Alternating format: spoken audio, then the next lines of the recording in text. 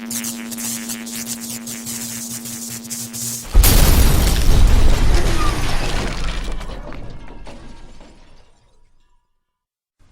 Bullion is an authorized retailer for the Silver Bullet Silver Shield series. Following the successful relaunch with Warbird and Love, now comes AG-47. The phrase "come and take them" and Molan Lob has 2 cross rifles and 2 cross pistols surrounded by 47 bullets representing the atomic number of silver. Now available at sdbullion.com.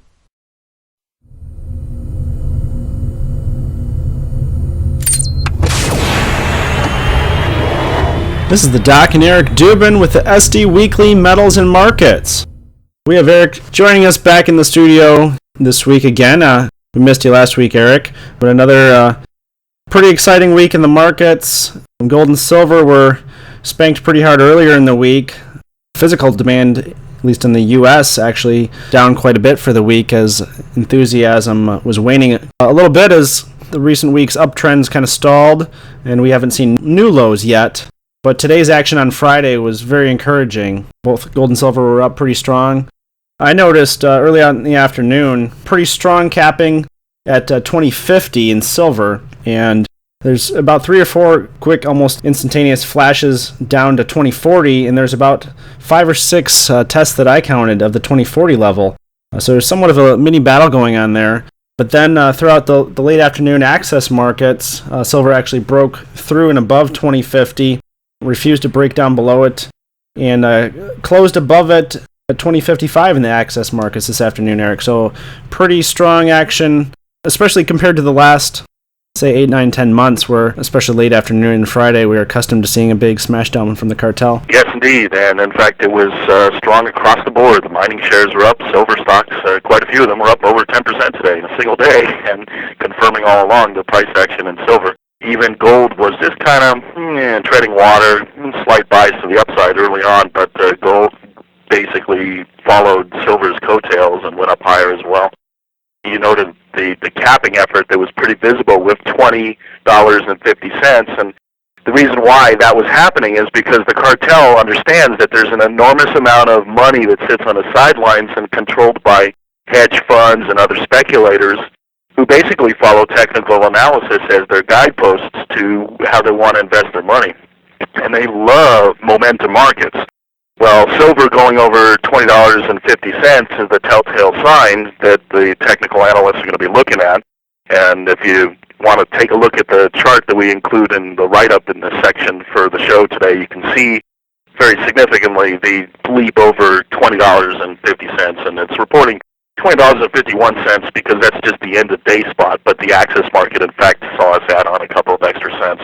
Next week looks like it's set up for a lot of traders to be looking around who may have in fact been short and are now beginning to sweat a little bit because they see that momentum is coming into the silver market, and what's significant above and beyond all the other aspects that we can look at in this week's trading pattern is that, the typical cartel pattern of smashing the metals on a Friday and also preventing back-to-back momentum days for fear of people getting excited were violated. That speaks to the fact that hedge funds and other speculators who have been short are beginning to want to cover because they see much, much more risk on the upside and their positions being underwater if silver were to go higher. So we're setting up for some interesting trading next week, and I fully expect it will be over $21 if the cartel doesn't pull a rabbit out of its hat and do something strange, which they're fully capable of doing, as it happens and as normal markets would suggest. The hedge funds and all of the money that they control are a bit nervous at this point, so I would expect to see more short covering and new longs coming in chasing momentum as we move across the following week. And the hedge funds covering and the momentum trailers piling back in, we could finally see the big short covering squeeze that many people have been looking for the last couple of months since gold was really smashed down to a, 1180 at the low, 1179, somewhere around there, and silver to right around 18. So that looms as at least a potential, so it'll be interesting to see whether we get to pop to at least, like, say, 2250 to the upside, a quick spike. So we'll see there. Yeah, 2250 is doable. I mean, it would be more like a stair-step type of phenomenon because There's no way that, I mean, in the normal market where there wasn't this kind of manipulation and you had a cascade collapse and people began to cover shorts and move back in the market, you would expect to see $24 in silver pretty easily, retesting that 25, 26 area where it held support for so long. And then to see that in a relatively short period of time of maybe 3 months or what have you. But it may take a little longer just because the cartel is always out there trying to control and manage expectations. JP Morgan is probably net long in silver at this point, if not certainly neutral in all of the flushing that they've done back and forth. So they have the capability of coming in at a higher price of, say, $23 and just beating the heck out of the market. We should make sure that people don't go completely bonkers when, in fact, if the price moves higher, you don't want to chase it super aggressively. You got to stick to whatever your management plan is as far as your accumulation goes, dollar cost averaging or whatever may be the strategy that our listeners are following. Be aware that it's quite possible that capping will occur going forward, but it certainly looks like the price of silver is going to go higher in the very near future. And gold will be playing along. And we should probably talk about GOFO as well, if you want to jump on that subject. GOFO just remains negative and increasing the amount of negativity in the rates. I believe the 6-month rate is now negative.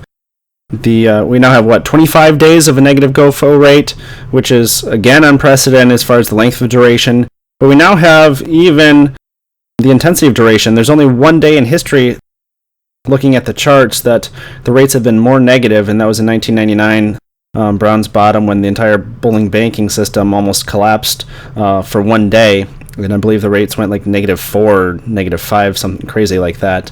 But we now have the rates the most negative, other than that 1 day in history, and the duration already has been for quite a while. It's been the most negative in history. I think the longest has been 3 or 4 days.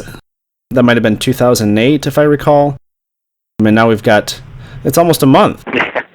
Yes, and that speaks to the fact that whatever is causing this hasn't been able to be resolved. I mean, Zero Hedge posted an interesting post earlier today about how they speculate that maybe one of the bullion banks is in fact under such stress that they could in fact fail.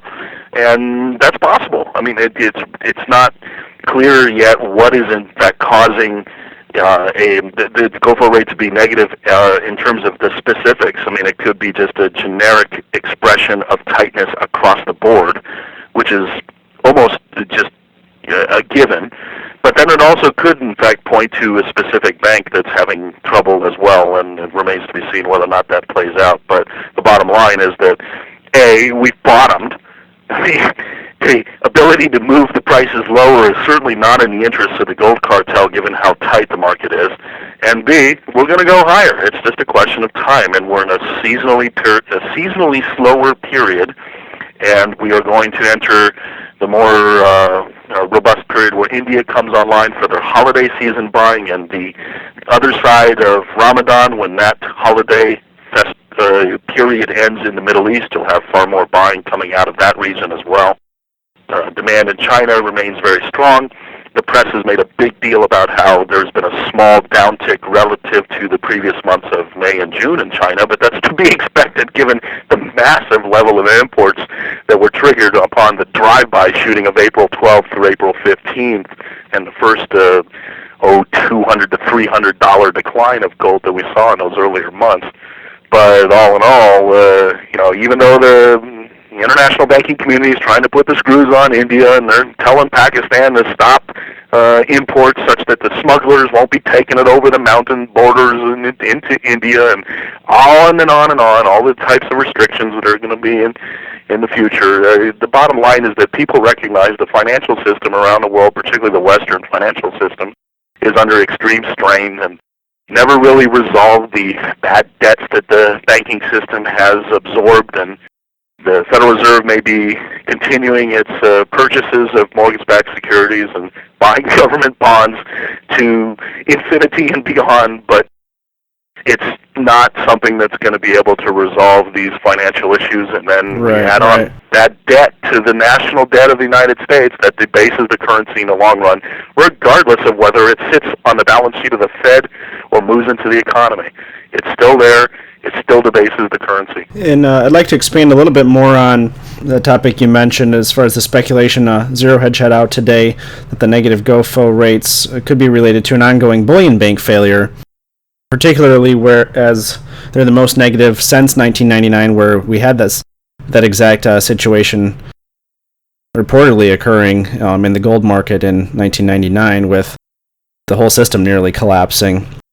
And it's interesting that these negative GOFO rates are coinciding with or in the face of some interesting developments in particularly JP Morgan's gold vaults. Comex gold as a whole, the inventories have just been plummeting, along with the GLD. I think the GLD is down now by about a third of its inventory from the beginning of the year, now through early August. Just even this week, JP Morgan has had quite a few interesting movements in their gold vaults. I believe it was Wednesday's report, so that would have been Tuesday's data. They had a large transfer of gold from HSBC into JP Morgan, and then the next day on Wednesday, which would have been reported on Thursday, they had a big movement from Scotia Makata. They also, inside JP Morgan's own vaults, on Tuesday, they adjusted just about 64,000 ounces out of the registered for delivery category into eligible.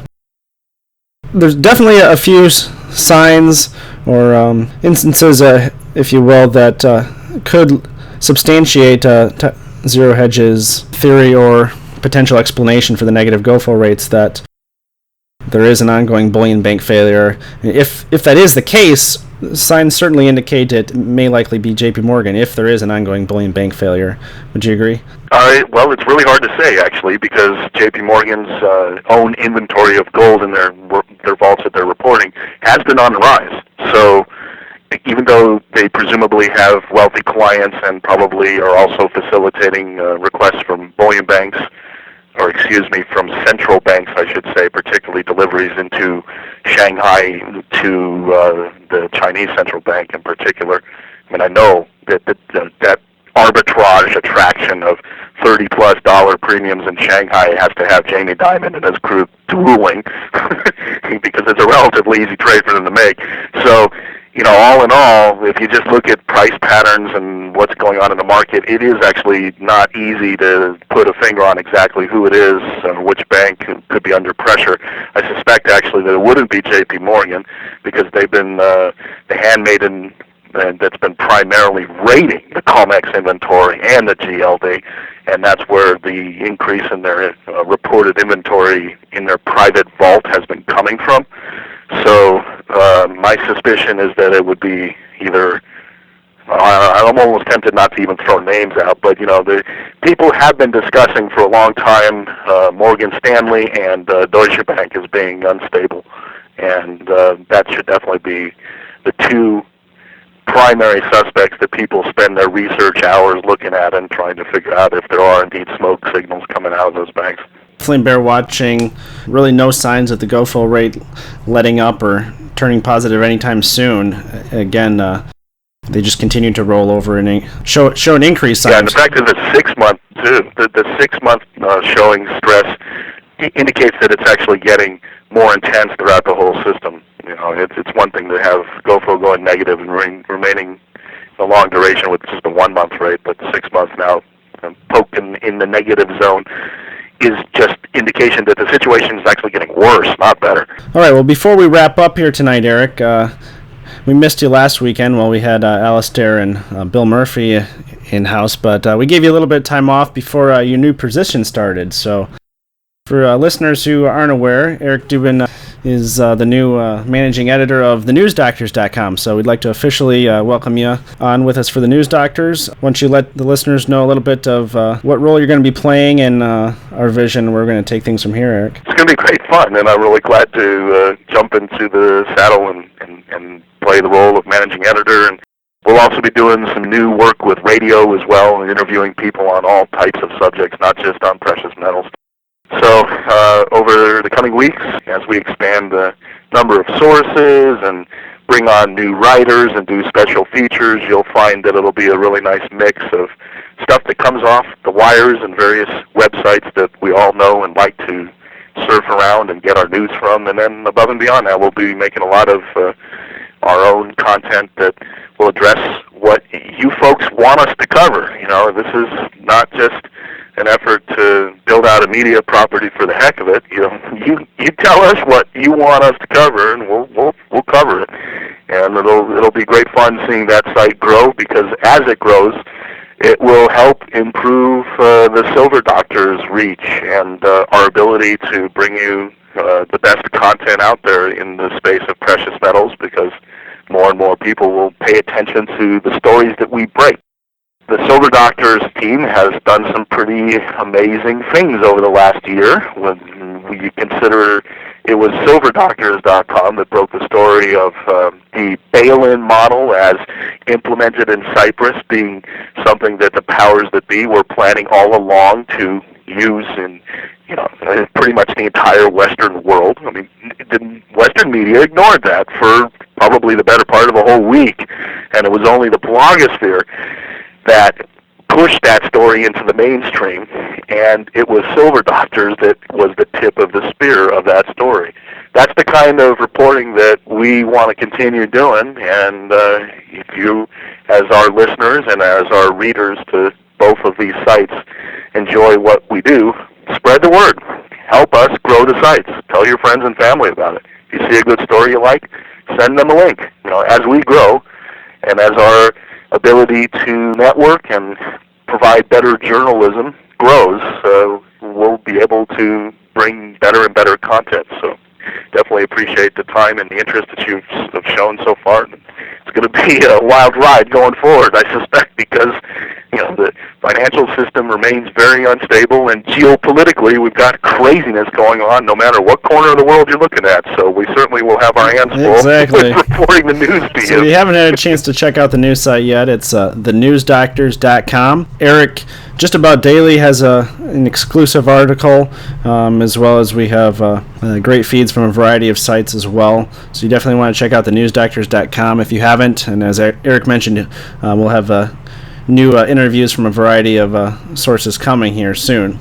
We're pretty excited about that. Excited to have Eric on board with us. And again, just a recap of the week. Metals were beat down throughout most of the week, but they closed strong here on Friday. Pretty encouraging action into the close and throughout that access market trading. So next week, we're expecting a continuation, a little bit of momentum piling in. We'll see whether that occurs or not. So for the Doc and Eric Dubin, thanks for tuning in once again to the SD Weekly Metals and Markets.